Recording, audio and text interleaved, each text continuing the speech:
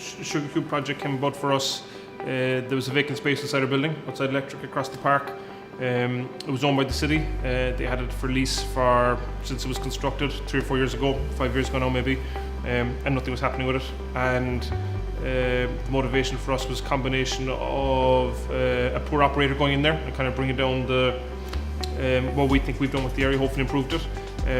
And secondly, I suppose the fear of nobody going in there and the thing just becoming vacant. You know, it had been vandalised a lot, people had started hanging out around there. We just thought if there was a bit of activity there, it'd be good for the area.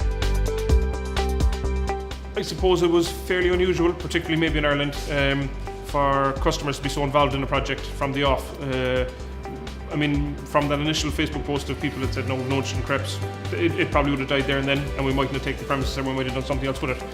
So to have from start to finish and still customers involved, what do you think of this week's specials? Do you think we should open at night? And then of course being involved in funding with LinkedFinance. I think to have such, I suppose for us to have such trust in our customers to make sure that they weren't going to lead us astray, but that they, and I think they got a good kick out of having their opinion taken so seriously and valued, because it's a two-way street. No customers, no business.